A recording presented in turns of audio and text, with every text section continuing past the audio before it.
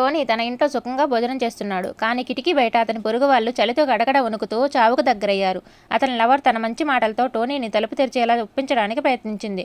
కానీ ఆశ్చర్యకరమైన విషయం ఏమిటంటే టోనీ ఆహారాన్ని పారేయడానికి సిద్ధపడ్డాడు కానీ వారితో భోజనం పంచుకోలేదు. కోపంతో సీఈఓ ఒక సుత్తిని తీసుకుని డోరు గాజుపై కొట్టాడు. కానీ అతనికి ఏం తెలుసు, టోనీ ఇంటి గాజు ప్రత్యేక పదార్థంతో తయారు చేయబడింది. దాన్ని మిసైల్ కూడా విరగ్గొట్టలేదు. కిటికీ విరగకపోవడంతో సీఈఓ ఒక రంపాన్ని తీసుకుని తలుపుని కత్తిరించడానికి ప్రయత్నించాడు. కానీ గంటల తరబడి రంపం పని చేసినా కూడా తలుపుపై ఒక గీత కూడా పడలేదు. నిజానికి టోనీ తలుపు బ్యాంకు వాళ్ళు లాగా బలమైన పదార్థంతో తయారు చేశారు. దీన్ని సాధారణ మార్గాలతో తెరవడం కూడా అసాధ్యం. టోనీ తన ఇంటిని ఇంత బాగా మార్చడానికి పెద్ద మొత్తం డబ్బు ఖర్చు చేసిన కారణం ప్రపంచంలో భయంకరమైన మంచు తుఫాను వల్లే. 99% మానవజాతి ఈ విపత్తులో చనిపోయింది. ప్రజలు ఆహారం కోసం ఒకరినొకరు చంపుకుంటున్నారు. తన మునుపటి జీవితంలో టోనీ తన లవర్ కోసం ప్రాణాలను పణంగా పెట్టి ఒక పెద్ద చేపను పట్టుకుంటాడు. అతను అనుకుంటాడు తన లవర్ హగ్గిస్తుంది అని. కానీ దానికి బదులుగా అతనికి చల్లని కత్తి దెబ్బ దొరుకుతుంది.